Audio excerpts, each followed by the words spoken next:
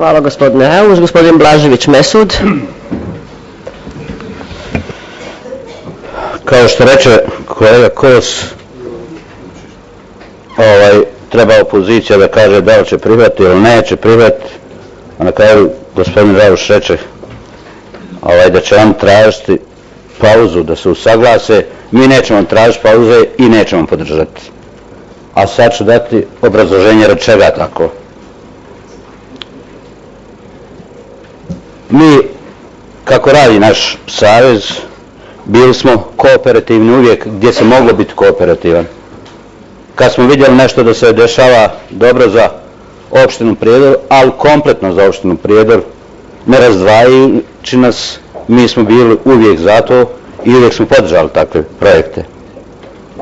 Međutim, i do sad, i u prošlom mandatu, i u ovom mandatu, otkad je i naš načelnik na čelu opštine, otvoreno mogu reći, ja sam bio odbornik i u tom sazivu, mogu reći da nikad načelnik nije više zavrnuo česmu prema povratnicima kao ove godine.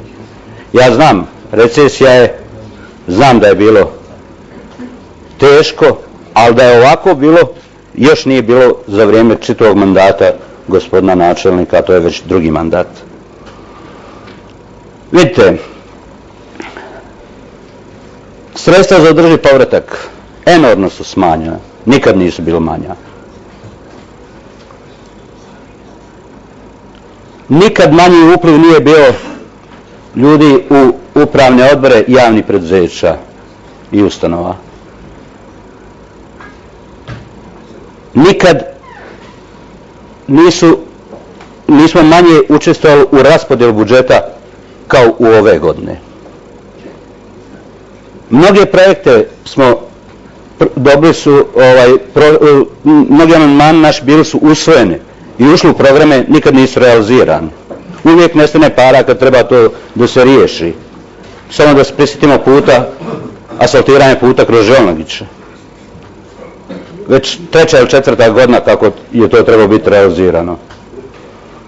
Masu stvari ima s kojima smo nezadovoljni i rad toga nećemo prihvatiti. Ovo govorim iz tog razloga da se popravi taj odnos prema povratnicima i čim bude popravke prema povratnicima dođe do bolje, do više poštovanja te populacije, mi ćemo rado prihvatiti ovakve izvještaje. Ovaj put zaista nismo u mogućnosti. Hvala. Hvala gospodinu Blaževiću. Ovo što je rečeno vezano za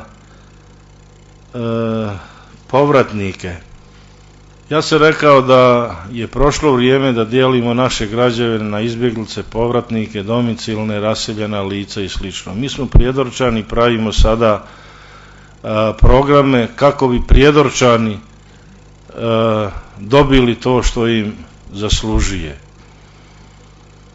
Mislim da odnos koji je ovdje izrekao gospodin Blažević više šteti nego pomaže tim povratnicima.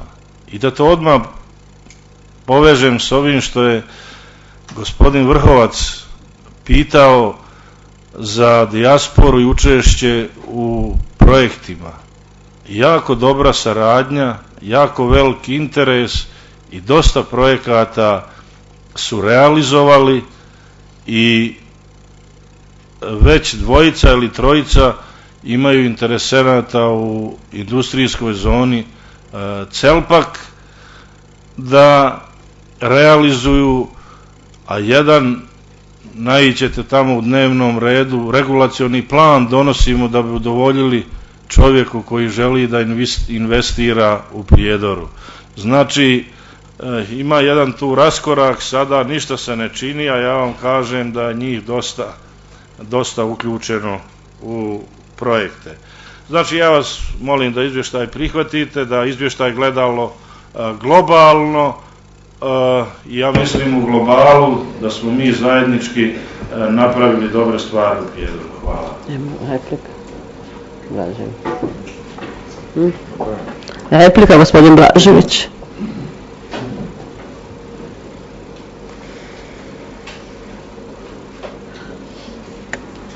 Ja zaista moram prokomentarisati ovo načelniku i ja bih se zahvalio načelniku ako je to tako projekat Prijedorčanin, ali ja volio da prepoznate Prijedorčanine zaista.